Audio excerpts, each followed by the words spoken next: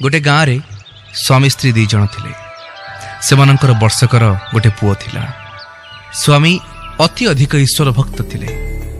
दिने ईश्वरंकर संधान रे परिवार रो मोह त्याग करी स्वामी घर छाड़िले।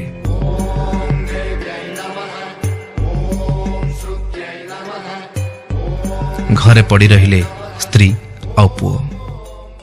8 वर्ष बीतीगला। स्वामी दिने से गाँव को फेरिले, किंतु एक भिन्न रूपरे। गैरिक वस्त्र धारण करी साधु रूपरे। सांगरे 2-4 जन शिष्य। गाँ बरगछ मूल बसी लोक ईश्वर प्राप्ति उपर प्रवचन दबा को आरंभ कले। स्त्री जाई सेठी पहुंचिले और पचारिले, साधु महाराज आपण ईश्वर को पाइले? साधु उत्तर देले, हाँ। स्त्री पचारिले, केमिति? साधु रूपी स्वामी उत्तर देले, मु हिमालय जाई 7 वर्ष फल आहार करी एक गोड़े ठिया हुई कठोर तपस्या कला पर जाई ईश्वर को पाइली। स्त्री कहले, ईश्वर को पाइबा को आपण को एते कष्ट करबा को पड़िला?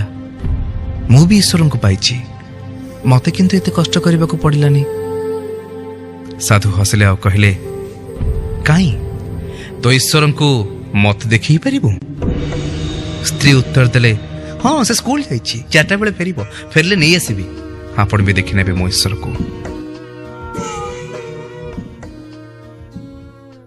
जीवनर केते रंग।